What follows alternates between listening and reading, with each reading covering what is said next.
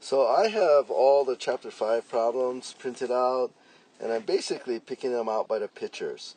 And by this time it was getting a little boring, so I'm just now starting to look for problems that have weird things in them. So this looked weird to me, this reaction at A, and I picked that. And then it has this weird incline support here at 5, 12, 13. So the free body diagram, do that. You have this NB here that's perpendicular, because it says it's smooth, so it's perpendicular to the ground, which means that it's going to be, I've drawn it here at 5, 12, 13.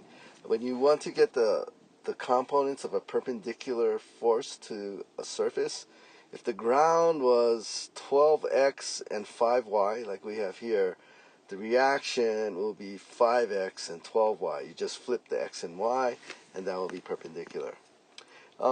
What's really weird is this reaction at A.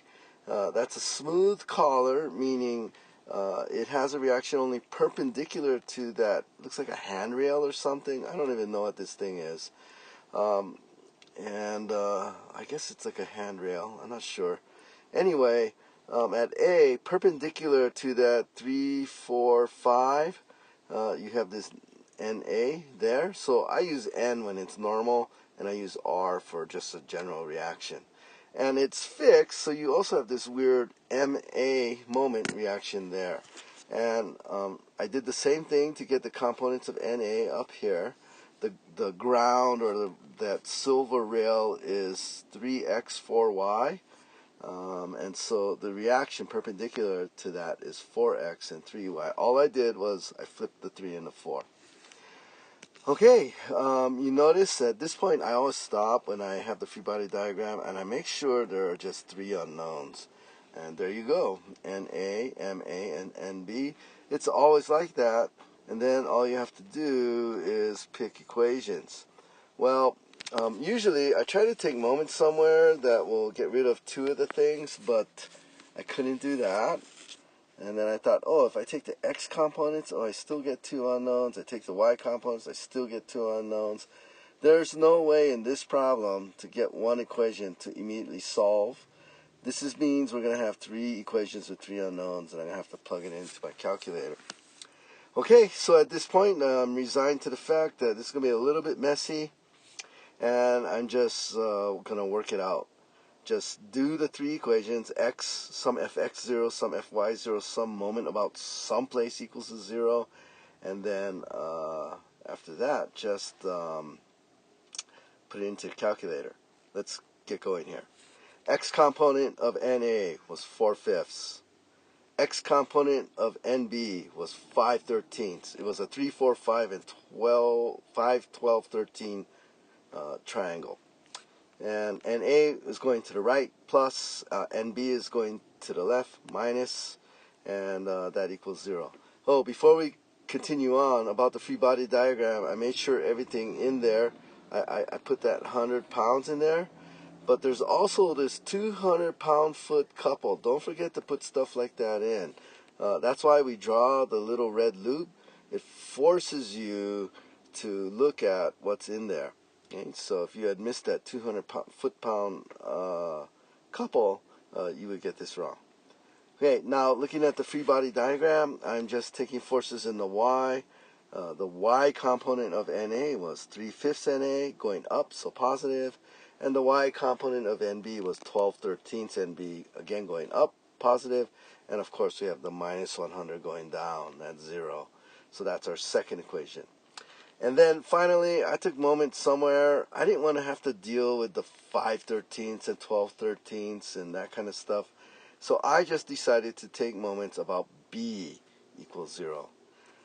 Okay, I immediately wrote in, so some of you are probably wondering, what do you do with this 200 foot-pound couple? The only equation it appears in is the moment equation. So the first thing I did, so I wouldn't forget it, I just wrote it down right there. Minus 200. Minus because it's 200 foot-pounds going clockwise. Same thing with MA. It's a moment reaction. I happen to have drawn that counterclockwise, so it's plus. here are two couples in that free body diagram. The given 200 foot-pounds going clockwise and the unknown reaction moment at AMA, which I just assumed to be counterclockwise. If it comes out negative, that means I guessed wrong. Now, for all the forces, that 100 pounds has a horizontal distance or perpendicular distance from B of 3 feet. So 100 times 3. Now, NA has an X and Y component, which both have moment arms about B. So 4/5 NA is the X component, and the distance above B is 2 meters. Let me just draw that.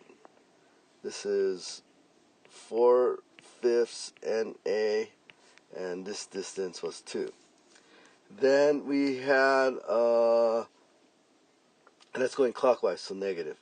Then we had the vertical component, which was 3/5 NA, and its perpendicular distance about B was 6 meters, feet. And that all equals 0, and that's our third equation. Then what I did was I took equation star 1, star 2, and star 3, and I put all the unknowns on the left and all the knowns on the right, and it came out to this. Equations 1, 2, and 3. And I guess I could have tried to solve it by hand, but I just put it in my calculator. My calculator, you put in equations like this. I just make sure that you get all the coefficients for NA in that column, all the coefficients for NB in that column, so that last equation doesn't have NB in there, so I have to make sure I put 0. And finally, all the coefficients for MA, and the first two equations didn't have MA, so I just put 0 in there, and there you go. I just type in this square matrix here, and the right-hand side matrix there. I push a button on my calculator, and out that comes. To check it, you could take moments around somewhere, and it would be 0.